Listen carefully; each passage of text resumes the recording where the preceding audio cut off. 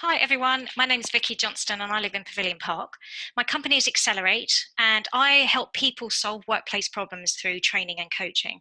One of the training programs that I run from time to time is around time management. And I thought, what a better time than now to share some of those tips with you on how to get your day to be more productive and get those jobs done. So, if at the moment you're currently finding that you're wondering where your day has gone, you get to the end of the day and it's like, where did that go? Or maybe you're just struggling to start or even finish tasks. Maybe you're just not feeling productive by the end of the day. You get to your task list and you haven't managed to get anything off that list. You're just putting those tasks off for yet another day. Every day is like every other day right now. Maybe you're just missing that feeling of calm and control that you would normally have in your day when you're going out to work or you're working through a normal activity day.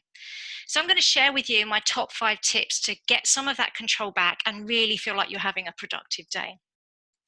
So my first tip is to create yourself a morning routine. And you can do any different type of routine that you like. Some people like getting up at 5 in the morning, but really there are certain things that I like to incorporate into my day just to make sure I get off on the right foot. One of those things is starting with silence in the morning and just having some time for myself to gather my thoughts, to have some positive affirmations about how my day is going to go, thinking about all the tasks that I need to get done and visualizing myself getting those things done and making that day a really productive day in my head and talking myself around how those things are going to happen. So I've already planned out my day and my first few moments of waking up in that particular day. Then I like to get some exercise, and I love to start off with an hour of boot camp, but I can't always do that. So sometimes it's just about doing some yoga, going for a quick run around the park, doing some stretches, just even a 5 minute. A quick exercise will just get that blood flowing around your body and get your brain active.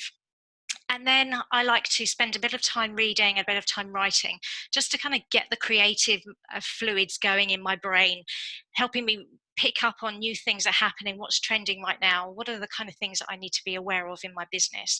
So if I get all of those things done in the morning, then I know that I'm off for a good start. The next thing, which is never a nice thing to do, but you have to eat that frog first thing in the morning. So the frog is that task that you're putting off, that you kind of keep sliding away off of your desk. You really don't want to get that thing done, but it's just going to keep coming back. It's not going to go away, and it's just going to get bigger and uglier, and those beady eyes are going to be looking at you, and you know that you're going to have to do something about it. The best way to deal with those tasks that you keep putting off, that you procrastinate over, is just to get it done. So plan it in for that day. I'm going to get this job done. It's going to be the first thing I do while I'm feeling energized and positive, and just get it done. Take it off your desk. Eat that frog.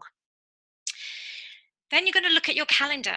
And right now, we're used to putting things like birthdays, meetings, activities, and places that we're going to go and meet people into our daily calendar. You may be looking at your calendar right now and there be nothing in it. What I suggest you do is actually calendar activities that you need to take on. So if you're looking at designing some new website material, you're looking at, well, I really want to read that book, or I'm going to spend some time with the kids over lunchtime. Whatever those things are, put it in your calendar as an action, so that at least when you're looking at your day, it's not just a blank day. There are things for you to do and things for you to work towards during that day. So start putting your activities down in that calendar. The next action, which comes quite nicely with that, is to use the Pomodoro technique. And this is a well-established time management technique, which basically just means you're using a timer to gather the amount of time that you're spending on a particular task.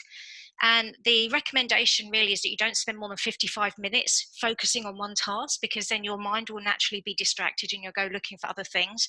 But if you know that you're going to spend 30 minutes, 45 minutes, or even like 55 minutes on one particular activity, then you're more likely to remain focused on that activity and not get distracted by other things.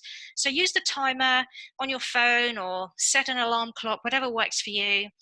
And just then you can focus really on that task that you need to do and not worry about all the other things that you're going to have to do, not worry about checking your emails or being distracted by Facebook pop-ups.